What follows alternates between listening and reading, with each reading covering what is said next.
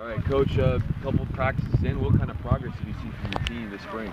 I've seen really good progress, and I thought it was really good, I think, with where we are today in seeing what we did with the scrimmage, which was our first really long session of live reps, and how we responded with Tuesday's practice based on the scrimmage, because there's always going to be corrections after any scrimmage, any game. I mean, middle of the year, let alone the first scrimmage of spring. So I was really pleased to see the response and what they came back and did on Tuesday, to keep, working on improving areas where we're weak and continue to grow in areas where I feel like we're strong, but we want to keep getting stronger and take it to another level. What are some of the more impressive position groups that have kind of stood out to you so far this spring and kind of going over their expectations?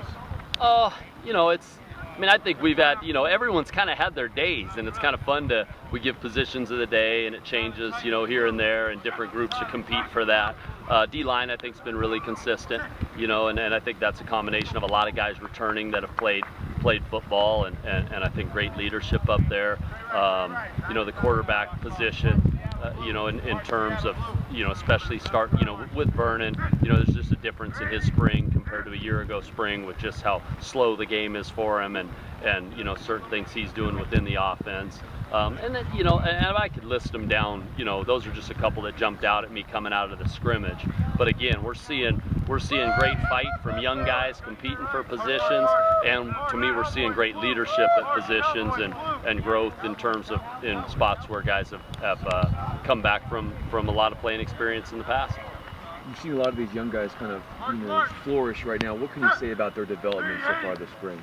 I think it's been good, very good, and I think the position that jumps out the most is corner, because we lost 3 seniors, because we have a lot of young guys out here competing that really, with the exception of Delando, none of them have played any football, and Delando was sparingly last year as a freshman. So you're seeing a bunch of guys who haven't played much football, but they're competing, and they keep raising their level every practice. That's probably a position that jumps out at me the most, when in talking. But again, I can find young guys everywhere. That's just probably a collective group that is somewhat similar to where we were with receiver last year, with the exception of Ashton Clark. everyone kind of wondered who are the guys going to be. If you take us back a year ago, everyone kind of was a little nervous about, what the receivers are going to do in 13, and like I said before, it turned out pretty good, and, and I'm expecting the same, but it's a long way away from that. But I'm excited about the, that competitive group at that corner position, even though the experience maybe isn't there. Hey, what more do you want to get accomplished? Do you want to make sure you get done this spring? More than anything, we got to hit a few situations, so we got to keep working on a few things that, situational football, more clutch 2-minute drill situations, more, chains tempo, which is our 4-minute drill, different things like that, just to get them acclimated with more red zone stuff. So those are some specifics in terms of team sessions, but more than anything, continue to grow within the fundamentals of both what we're doing position specific and the fundamentals with the base of our O and our D.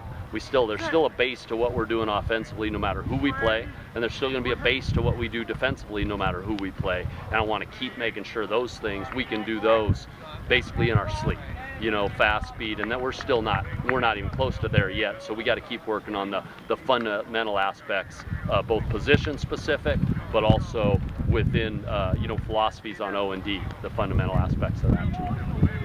From the depth you've been able to build, and like you guys have been able to do that quite well, especially in the lines for sure. But yeah, the depth you guys, and the ability to coach the staff and develop those guys. Yeah, and it's been a tribute to a lot of things. It's been a tribute to all the people that work hard in recruiting, including the current players, that are able to, do a great job when guys come on campus and want to be a part of this program. It's a compliment to the work ethic within the guys, even the guys who maybe were under-recruited but walked on here, and they've added to that depth, and we've had a lot of those. And it's a credit to, our assistant coaches and how hard they work in the recruiting process. Because at our level, it's less about necessarily, okay, here's the blue chipper, here's this guy, now we got to beat these 5 schools. It's more finding that guy that maybe one of their schools recruiting, but others aren't, and we see something in him. And you got to be, you have to be very accurate in those type of evals, and then 2, with once you get them here, how you're going to develop them to really include in your depth. So those 2 things, I think, our assistant coaches as a whole have done a really good job, and I think that shows up when we have such great depth, top to bottom with all 95 of our guys. And when you look at your scrimmage coming up on Saturday, what what do you want to build off your first kind of mock game that you had last weekend? And what kind of things do you want to see more from your guys this time around? Well, you know, the transition, it's going to be. Originally, I was going to go more really break it down, you know, chopped up situations. But I'm going to let them kind of flow and play ball some more. I think some of the young guys in the secondary need to kind of just react to whatever's happening next. See the chains, that just happened. What's the chain? You know, and just kind of, you know, not plan it out so much. But within that, I will do a couple things. Maybe, you know, we'll have another red zone series, at least one.